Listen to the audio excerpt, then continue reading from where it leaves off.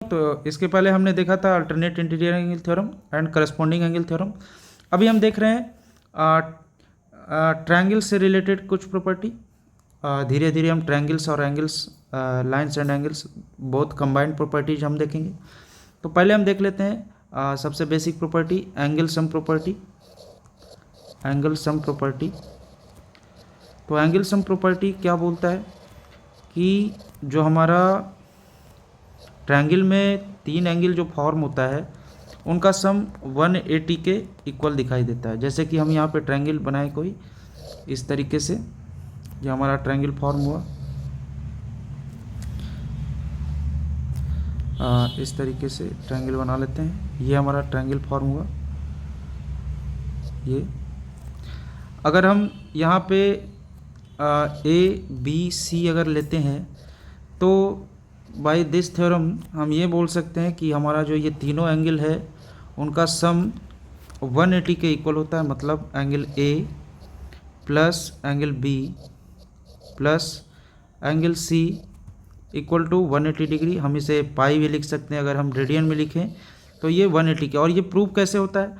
तो प्रूफ हमारा ये, अगर हम एक कंस्ट्रक्शन कर लें, BC के पैरेलल एक लाइन ले लें, तो यहाँ से अल्टरनेट एंगल थ्योरम लगा के, अल्टरनेट इंटीरियर एंगल थ्योरम जो हमने ऊपर डिस्कस किया है उसका यूज करके आप ये एंगल और ये एंगल इक्वल हो जाएगा, यहाँ ये एंगल और ये एंगल इक्वल हो जाएगा, और इन तीनों का सम 180 होता है। तो वहाँ से आप ये प्रूफ भी कर सकते हो।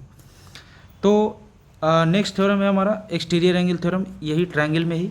तो अगर हम फिर से ट्रायंगल बनाएं इस तरीके से, तो एक्सटीरियर एंगल थ्योरम ये बोलता है कि अगर आपने कोई ट्रायंगल बनाया है और बाहर एक एंगल फॉर्म हो रहा है, तो इससे जो लीनियर पेयर बनने वाला एंगल है उसको छोड़ के जो एंगल है अंदर, उनका सम जो होगा वो बाहर वाले एंगल के इक्वल होगा। जैसे कि ये ABC है और ये D है।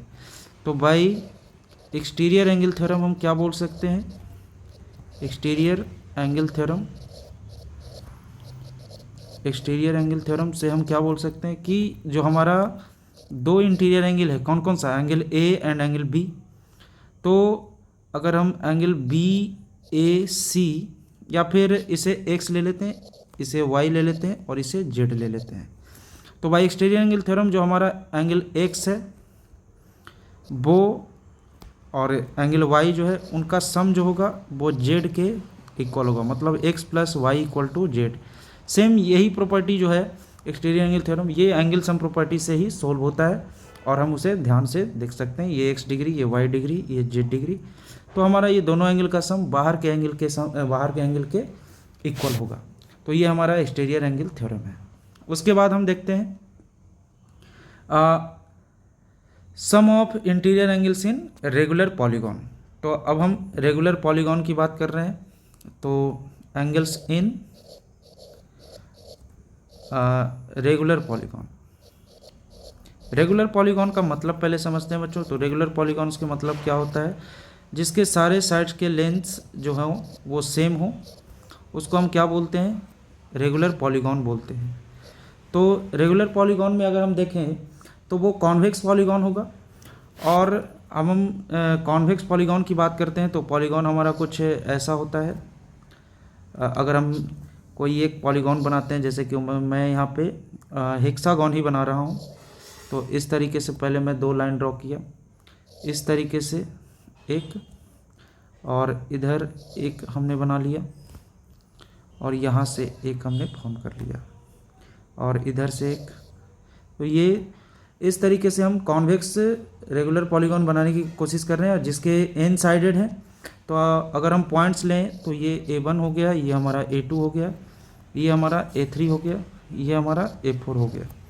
इस तरीके से और भी बहुत सारे साइड्स फॉर्म हो रहे हैं, और भी बहुत सारे साइड्स फॉर्म हो रहे हैं। हालांकि मैंने यहाँ पे हेक्सागन बनाया है, लेकिन हम यहाँ पे मान सकते हैं कि यहाँ पे एन साइडेड पॉलीगॉन है हमारा, और ये जो हमारा पॉइंट है वो AN है, ये A4 ले लिया, और ये पॉइंट जो लिया है मैंने P लिया है।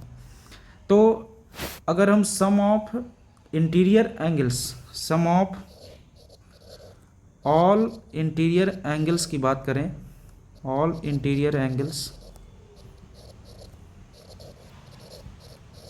जो होता है वो इक्वल होता है n minus two into 180 degree. और ये क्यों होता है हम इसका प्रूफ भी देंगे कि ये ऐसा ही क्यों होता है। और अगर हम ईच इंटीरियर एंगल की बात करें, ईच इंटीरियर एंगल का जो वैल्यू होता है ईच इंटीरियर एंगल, तो यहाँ पे कितने साइड हैं, n साइड हैं। तो आप कुछ नहीं करना है, आपको जितने नंबर ऑफ साइड्स हैं उससे आपको इन टोटल सम में डिवाइड कर देना है। तो ईच इंटीरियर एंगल्स की जो वैल्यू होगी equal to n minus two into 180 upon n।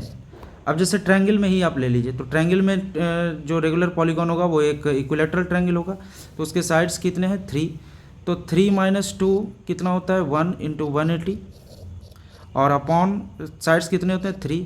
तो आप ईच इंटीरियर एंगल निकालिए, देखिए 180 बाई 3 कितना दिख रहा है 60 दिख रहा है, तो 60 डिग्री होता भी है।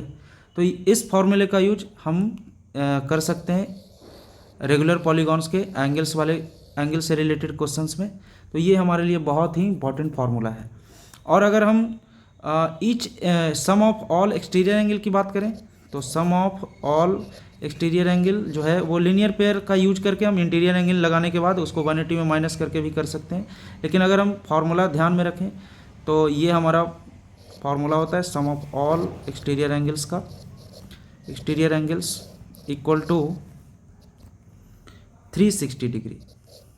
Sum of all exterior angles जो होगा हमारा 360 डिग्री होगा। और ईच इंटीरियर एंगल का जो फार्मूला होता है, ईच